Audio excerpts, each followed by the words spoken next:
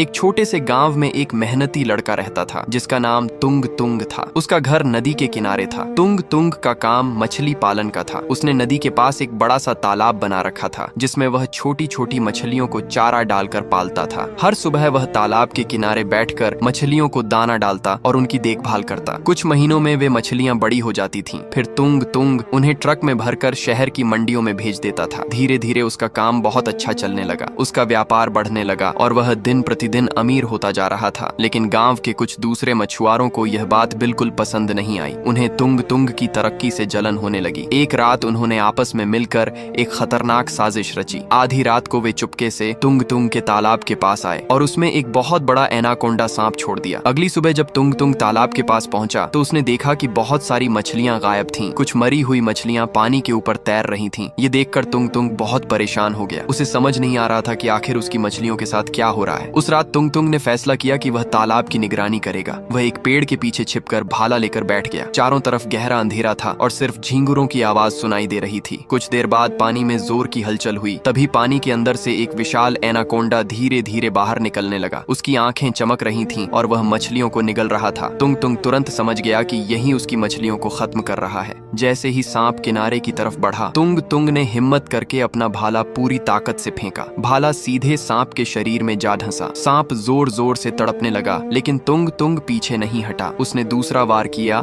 और आखिरकार उस खतरनाक एनाकोंडा को मार गिराया। अगले दिन गांव में यह खबर फैल गई। जब पुलिस को पता चला तो जांच शुरू हुई। कुछ ही समय में पता चल गया कि गांव के कुछ मछुआरों ने जलन में आकर यह साजिश रची थी। पुलिस ने उन सभी को पकड़कर जेल भेज दिया। उस दिन के बाद तुंग तुंग का व्यापार फिर से चल पड़ा। उसकी मेहनत और हिम्मत की वजह से उसका नाम पूरे इलाके में मशहूर हो गया।